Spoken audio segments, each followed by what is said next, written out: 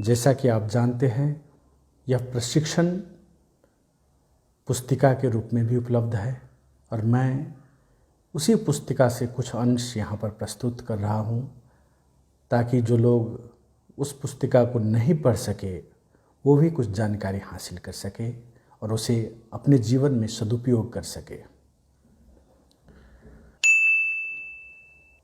जनमत पार्टी के संबंध में, जनमत पार्टी क्या है? जनमत पार्टी जनता के मत के अनुसार चलने वाली राजनीतिक पार्टी है, इसलिए यह नाम भी चुना गया है। जनता जो कहेगी यह वही करने वाली पार्टी है। यह जनमत संग्रह और प्रत्यक्ष लोकतंत्र सहित जनता का अभिमत पर आस्था रखने वाली राजनीतिक पार्टी है। यह नेपाल के निर्वाचन आयोग में दर्ज है। इसका दर्ता नंबर 150 है। इसकी हरेक गतिविधि संवैधानिक और कानून सम्मत है। यह पार्टी निर्वाचन में भाग लेगी और हरेक तह पर अपना कब्जा जमाकर अपने घोषणा पत्र को लागू करेगी। जनमत पार्टी का झंडा का क्या अर्थ है? पार्टी के झंडा में क्रम अनुसार लाल, उजला और हरा रंग का खड़ा स्ट्रिप है और बीच में अष्टदल है जो सम्यक अर्थात संपूर्ण क्रांति का प्रतीक है। सम्यक क्रांति का मतलब 8 आयाम में क्रांति है, अर्थात राजनीतिक, सामाजिक, आर्थिक, सांस्कृतिक, शैक्षिक, वैचारिक, वातावरणीय और आध्यात्मिक आयाम में क्रांति है। झंडा में लाल रंग क्रांति का प्रतीक है, हरा रंग मधेश की उर्वर भूमि का प्रतीक है और उजला रंग शांति का प्रतीक है। पार्टी का चुनाव चिन्ह क्या है? तो पार्टी का चुनाव चिन्ह लाउड स्पीकर अर्थात हॉर्न छाप है। लाउड स्पीकर छाप आंदोलन, अभियान और जागृति का प्रतीक है। जनता की आवाज़ लाउड स्पीकर छाप, घर घर की आवाज़ लाउड स्पीकर छाप, शोषितों की आवाज़ लाउड स्पीकर छाप, मुक्ति की आवाज़ लाउड स्पीकर छाप, आंदोलन का आगाज लाउड स्पीकर छाप जैसे नारे इसलिए भी उपयुक्त हैं। और इनके नारों में जनमत दे, सारे अधिकार ले, सबको देखे बार बार, जनमत पार्टी अब की बार, सामुदायिक स्वराज लाएंगे, जनता राज बनाएंगे, भ्रष्टाचार मिटाएंगे, 10 लाख रोजगारी दिलवाएंगे आदि हैं कुछ नारा आप सभी भी बना सकते हैं। जनमत पार्टी का राजनीतिक सिद्धांत क्या है? तो जनमत पार्टी का राजनीतिक सिद्धांत सामुदायिक स्वराज है। सामुदायिक स्वराज है। इसका आधार स्तंभ जन संप्रभुता, लोकतंत्र, सामाजिक न्याय और समाजवाद है। जनमत पार्टी सामुदायिक स्वराज लाना चाहती है जहां हरेक जनता को यह लगे कि नहीं, यह मेरा ही शासन है, यह मेरा ही राज है, किसी दूसरे समुदाय, नेता, पार्टी या कर्मचारी का नहीं। उसी को सामुदायिक स्वराज कहा जाता है। जनमत पार्टी का एजेंडा क्या है? जनमत पार्टी क्या करेगी? तो यह 15 बूंदे फ्लेक्स प्रिंट में भी दिया गया है जिसे आप सभी को दिखाकर उसे वर्णन करना है। आप अपनी भाषा में वर्णन कर सकते हैं, कोई दिक्कत नहीं है।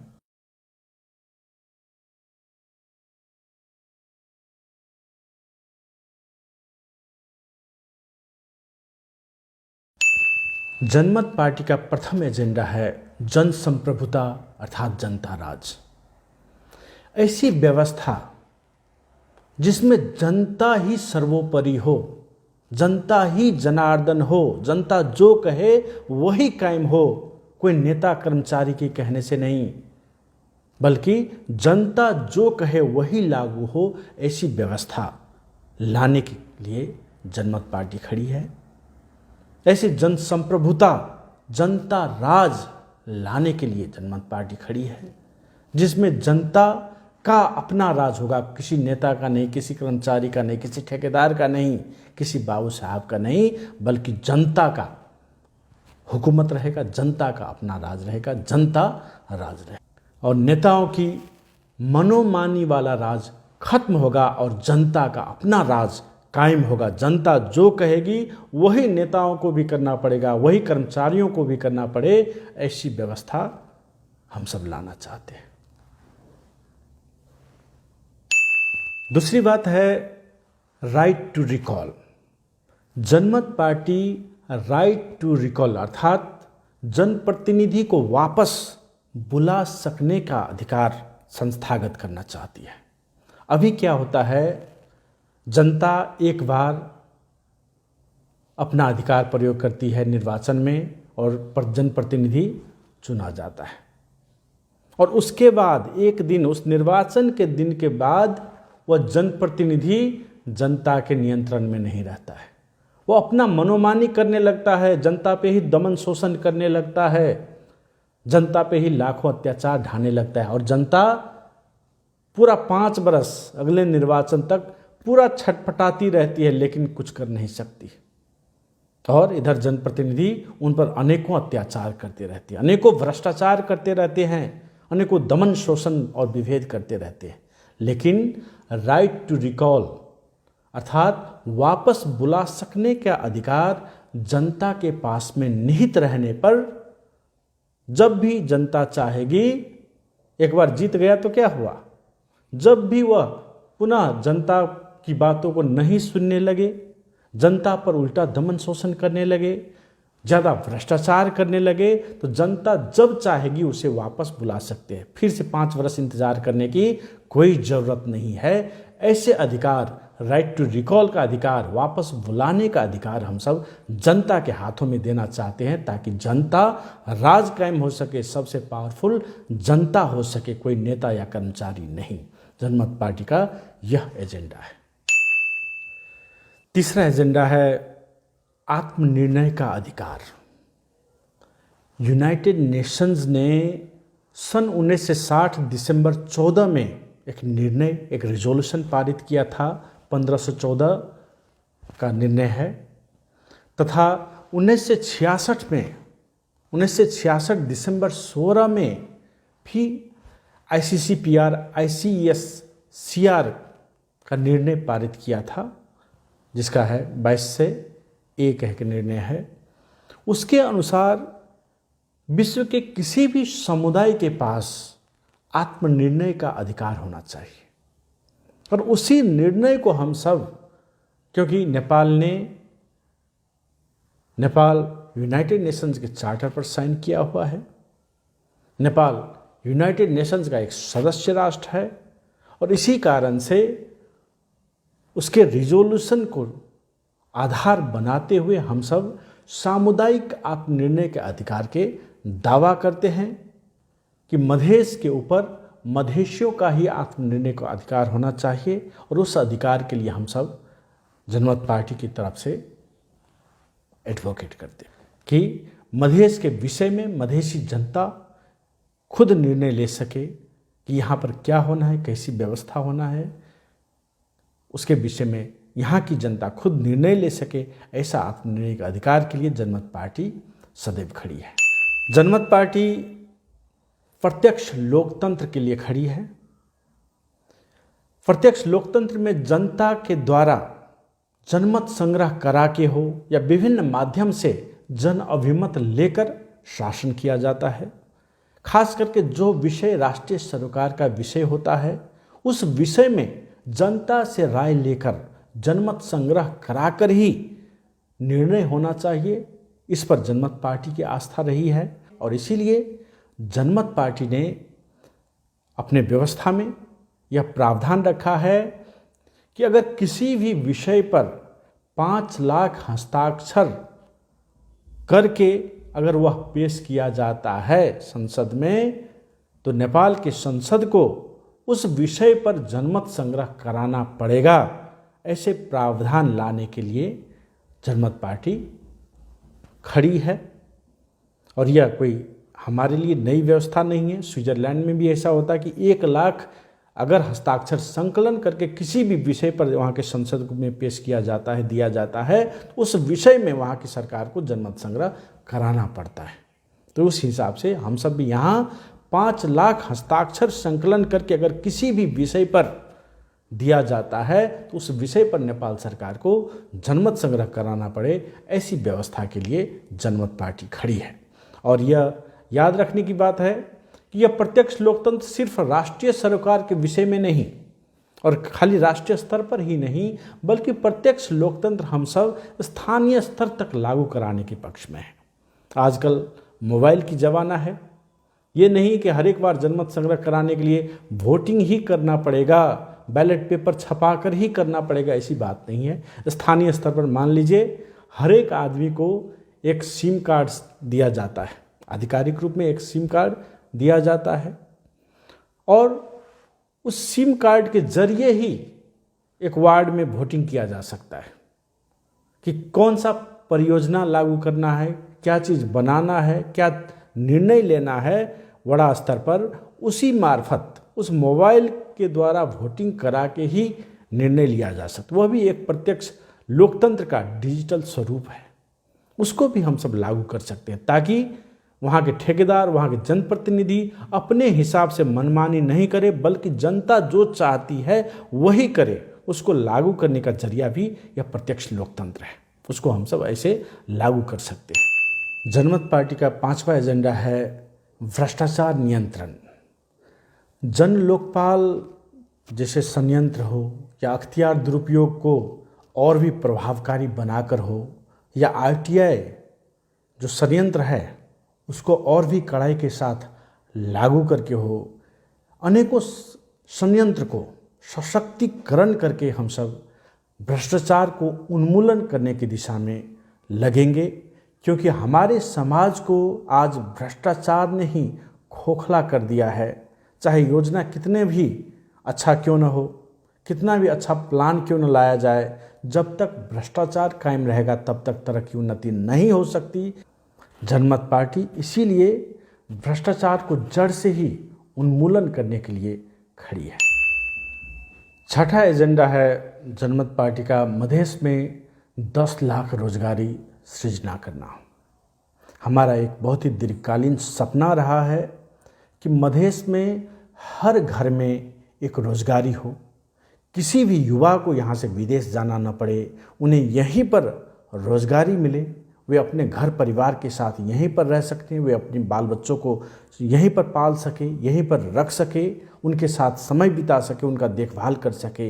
यह हमारा बहुत ही महत्वपूर्ण सपना रहा है और उस सपना को पूरा करने के लिए, हर घर में एक रोजगारी देने के लिए और 10 लाख रोजगारी कम से कम सृजना करने के लिए जनमत पार्टी खड़ी है। उसके लिए सेवा क्षेत्र में विस्तार होगा, कृषि का आधुनिकीकरण करके होगा या औद्योगिकरण को तीव्र गति में विस्तार करके होगा, जो भी होगा उसे करके, लेकिन 10 लाख रोजगारी को सृजना करके घर घर में एक रोजगारी पहुंचाने का कार्य जनमत पार्टी करेगी। जनमत पार्टी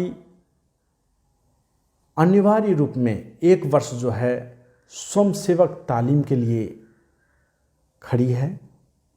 यह इसलिए कि अभी क्या होता है कि किताबी रूप में पढ़ाई तो कर दिया जाता है, लेकिन अधिकांश लोगों के पास कोई सीप नहीं रहता है, कोई दक्षता नहीं रहती है, जिसके कारण से डिग्री तो उनके पास रहता है, कागजी डिग्री तो उनके पास रहता है, लेकिन वो कोई काम करने के लिए योग्य नहीं रहते, उनके पास कोई सीप नहीं रहता, जिसके कारण से अगर वह विदेश भी चला जाए तो उन्हें अच्छी नौकरी नहीं मिलती, उन्हें अच्छी पगार नहीं मिलती।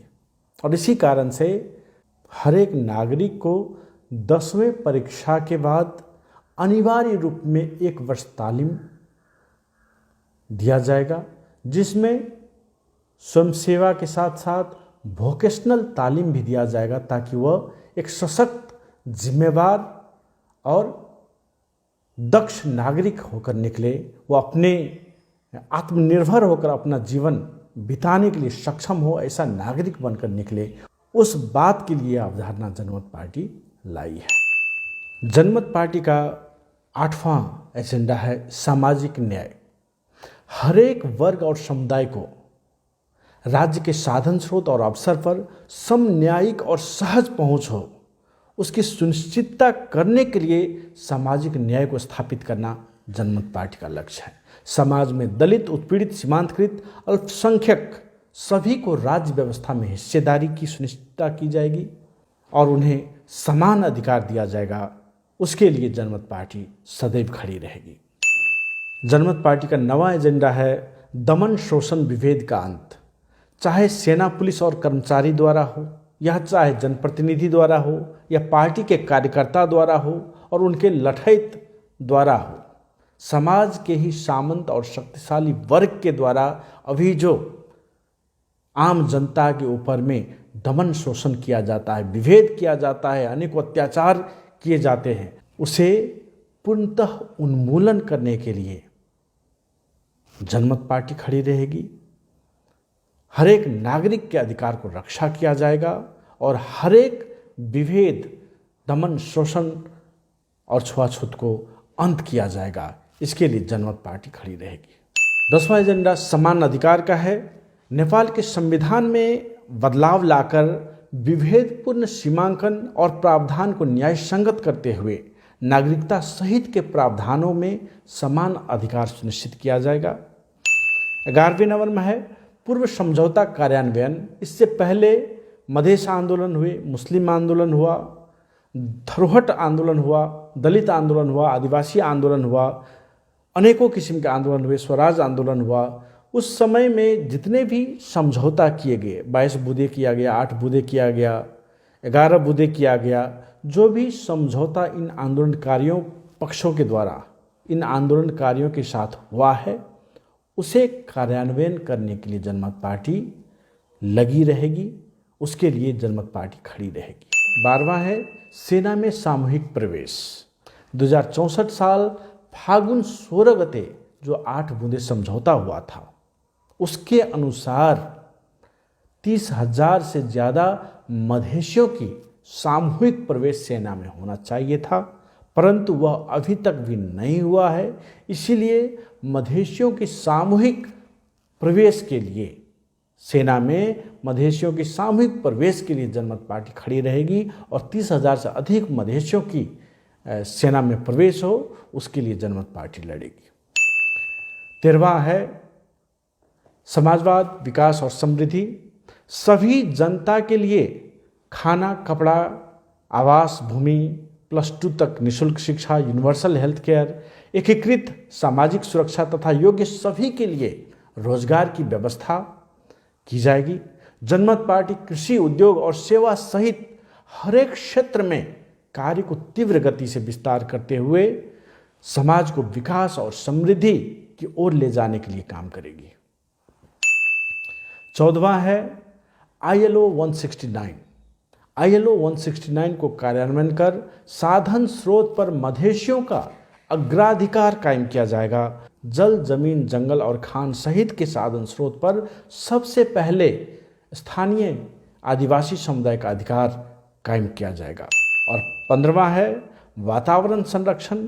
चूरिया पर्वत को संरक्षित क्षेत्र बनाकर और नियंत्रित आप्रवासन का व्यवस्थापन किया जाएगा तथा बृहत स्तर पर वृक्षारोपण करके पर्यावरण को बचाने के लिए काम किया जाएगा।